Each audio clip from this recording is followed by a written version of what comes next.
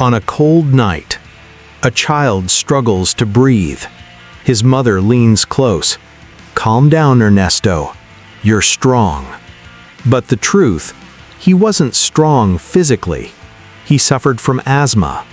And that child was Che Guevara. Born in Rosario, he had no idea that his life would end with bullets in a jungle. A quiet beginning, a different ending. Inner voice: "I'm a doctor. I will heal people."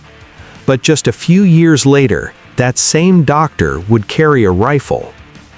The journey that broke everything. 1952, on a motorcycle, crossing a continent. In Chile, a worker tells him, "We work, but we don't live." In Peru, a leprosy patient reaches out. Everyone else steps back. Che steps forward. He takes his hand. Quietly, "We are not different." But the most dangerous moment was in Guatemala. A coup, fire, a government falls, backed by the Central Intelligence Agency. Inner voice: "So, this is how the game is played." Fire, a decision with no return. That night, he told himself, "I won't be just a doctor. I will fight the disease at its roots." And he embraced Marxism. Entering the war. In Mexico City, Fidel Castro looks at him. "Are you ready to die?" Che replies, "I am ready to win." The first disaster. 1956. They arrive in Cuba. The moment they land, an ambush. Gunfire everywhere. Out of more than 80 men, fewer than 20 survive. Che, wounded, but he does not retreat. Guerrilla war, the real war. In the mountains of Sierra Maestra. Night, cold, hunger. A fighter says, "We won't survive." Che replies coldly, "Either we survive or we create victory." Here, Che was not just a doctor.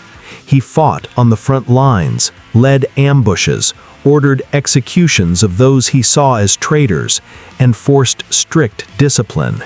He became a commander feared even by his own men. Santa Clara, the decisive moment.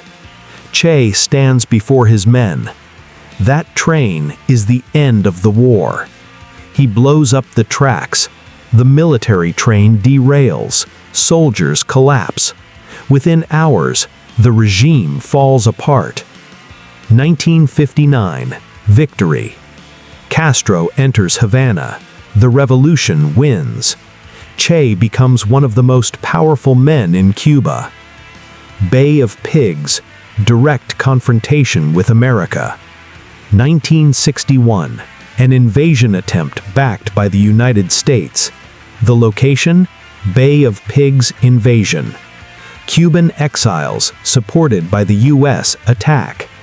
Chaos, military landing. But this time, Cuba is ready. Che to his forces, "This is not a battle, this is a message." In just 3 days, the invasion fails. The attackers are captured, and the U.S. receives a public blow. Open defiance. At the United Nations, Che stands before the world. "Yes, we executed traitors, and yes, we will continue." Then he looks directly toward the American delegation.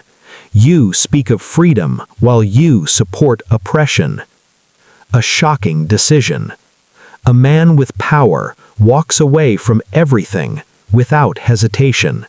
The revolution is not only in Cuba. Fire, new wars, and a harsh end. In Congo, he tries and fails. In Bolivia, he starts again, but this time no support, no popular base, only pursuit. The final moment. Captured, exhausted, a soldier stands before him, trembling. Che says, "Shoot. You are not killing a man. You are killing an idea." 1967. The end. He was executed, with assistance from elements linked to the Central Intelligence Agency. The ending. Direct, no filler. Che was not an angel, and not just a hero. He was a man who chose war over comfort, who decided to confront the most powerful nation in the world, and paid the full price. Final line. Some people write history. Che forced history to remember him.